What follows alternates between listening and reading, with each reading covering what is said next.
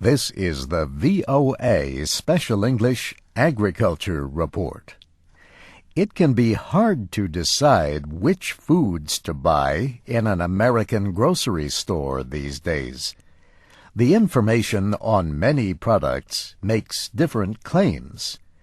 These labels suggest that the food is safe, pure, or kind to animals. The label organic guarantees that the United States Department of Agriculture recognizes the product was grown under special conditions.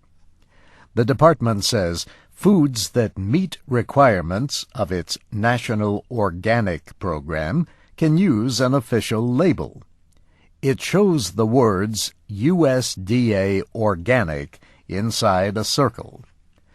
For example, USDA organic food does not contain genes that have been scientifically changed.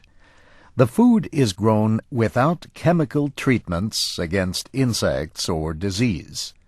It is grown without chemical fertilizers. The USDA organic label on meat and dairy products guarantees that they are from animals that live much of the time outdoors. The animals have been fed only organic food. The animals have not received antibiotic drugs, and they have not had hormone substances to make them grow bigger. Organic meat and dairy products usually cost more than other products, but many people buy them because they believe they are more healthful. The USDA is trying to decide if fish can be labeled organic. A decision is not expected for many months. However, the Marine Stewardship Council says its label promises that fish are not endangered and were caught without harming the local ecosystem. There are also labels on coffee. Some coffee growers plant their crops on land with no natural plants to provide shade from the sun.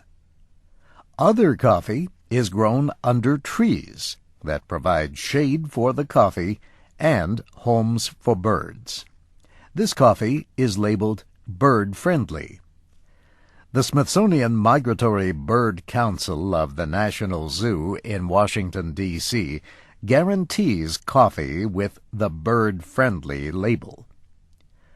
Other food labels include natural, cage-free, and free-range. Experts say it may be harder for the food buyer to decide what these mean. For example, chickens may not have been raised in a cage. Still, they may have been in overcrowded conditions inside a building. The Department of Agriculture will be holding meetings with food producers and the public to try to develop requirements for labels.